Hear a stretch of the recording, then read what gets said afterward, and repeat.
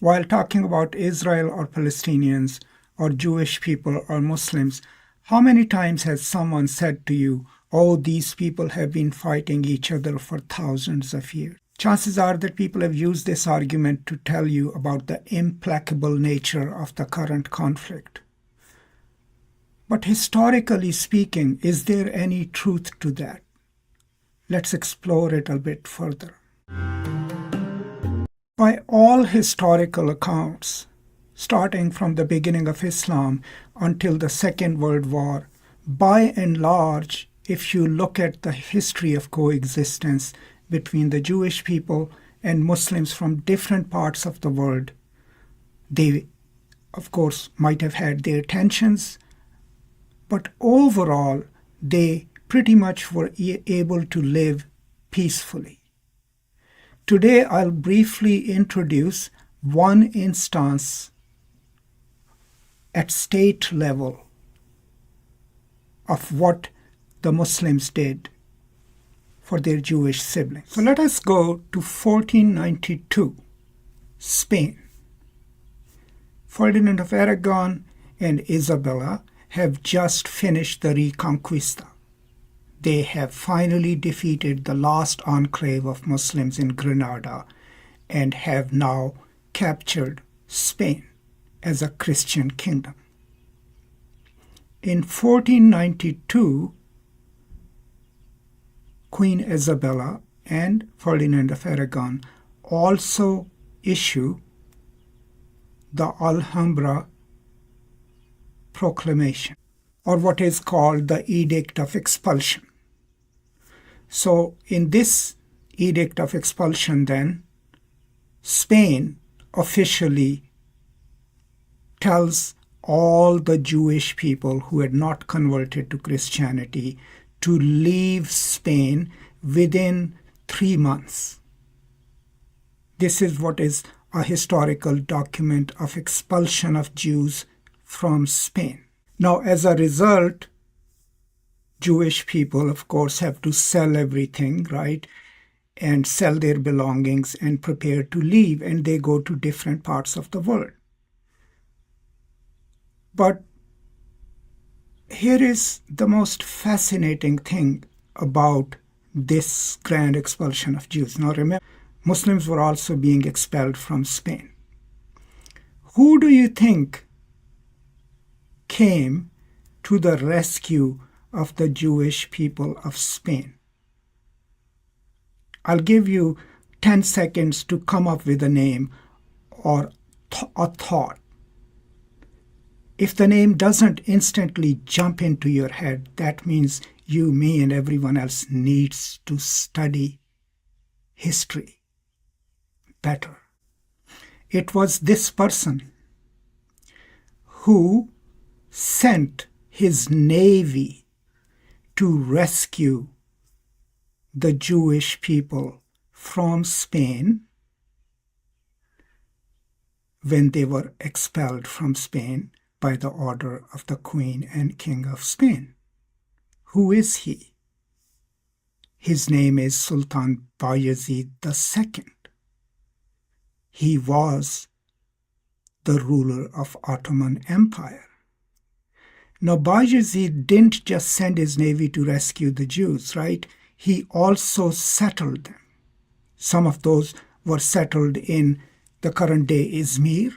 Some of the Jews who escaped the Inquisition went to the Balkan regions of the Ottoman Empire. But the Sultan not only rescued the Jews, he also made sure that they were welcomed. And he issued different proclamations and edicts. One of them, for example, states that the Jews of Spain should not be refused but rather welcomed with warm feelings, and those who move against his decree, and this is someone quoting the Sultan, and treat immigrants bad or cause any damage shall be punished with a death sentence. And here is the famous quote from Sultan Bayezid. He says, "You venture to call Ferdinand a wise ruler, he who has impoverished his own country and enriched mine." So at the time of great peril for Jewish people, when they have been issued an edict of expulsion from Spain, the Muslim ruler of one of the most powerful empires of Islam, the Ottoman Empire, the Turkish Empire, not only sends his navy to rescue the Jews, but also makes sure that his subjects, the rulers and pashas anywhere in the Ottoman Empire, ensure that the Jewish people who are escaping from Spain will not be mistreated and will be accommodated. And keep in mind that the Jewish people who came from Spain to Ottoman Empire, and also the Muslims, enriched the Ottoman Empire. The first printing press was established in Turkey by the Sephardic Jews. So overall, this brief introduction, I'm not going into the details of what happened afterwards. What did happen afterwards was that a large and diverse population of Sephardic Jews was established in Turkey. They have a long history of living there in peace with their Muslim siblings. What is important here is history itself, right? Chances are that if you had not done your research and if you had not read a little bit about the history of Muslim and Jewish people, you probably were not aware of who Sultan Bayezid II was. Now, with this little bit of knowledge, we're not here to prove that Muslims and Jews had an uncritical and unproblematic relationships over the history, but rather that instead of painting this picture that these two faiths have always been in war with each other, we can point to these instances where not only did they live together in peace, but where one of the most powerful kings of the Muslim world, one of the most powerful sultans of the Muslim world, at one of the most perilous moment in Jewish history, when they are being evicted from Christian Spain, not only came to their rescue, but also settled them. And the Jewish people from Spain became prosperous in the Ottoman Empire, held high offices, were able to live freely and peacefully in the Ottoman Empire. That is the lesson here, because if we learn these little things, then we can eliminate this narrative of natural irreconcilability between the Jewish people and Arabs and Jewish people and Muslims. We can trace back to a time, maybe not ideal, but a time where there was practical history of tolerance for each other. Here is a book, right? It's written mostly for Jewish children. And it's a book that captures the history of the Jewish diaspora. I'll post the link in the description.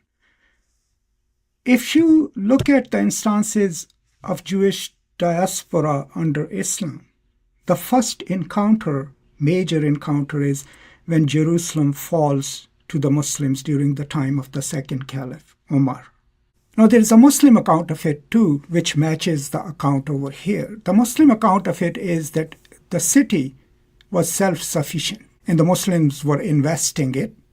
And the city elders came out and said, you know what, this city is not going to fall, but we have a belief that someone with a certain description will come to conquer this city. We have looked at you. None of you matches that description. So if your king comes to us and asks to enter the city, we will open our gates.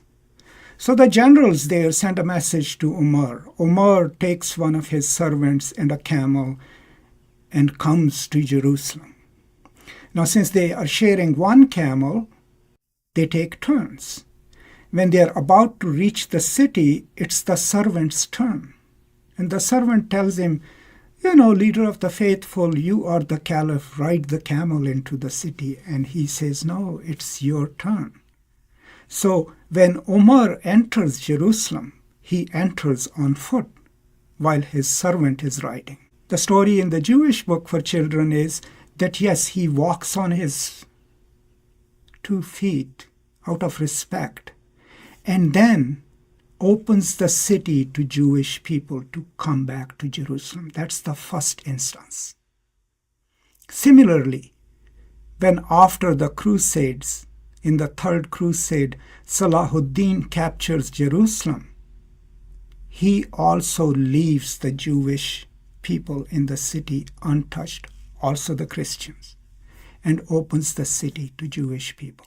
Now, what's the purpose of me sharing this little bit of information, not with a lot of detail, of Sultan Bayezid II saving the Spanish Jews, right? And sending his armada to bring them to his empire, considering them a great wealth as people, and the same people then living in the Ottoman Empire and enriching it with their knowledge and with their ideas and with their practices. The purpose here is simple. Right now, as we look at it, there is a war going on in Gaza.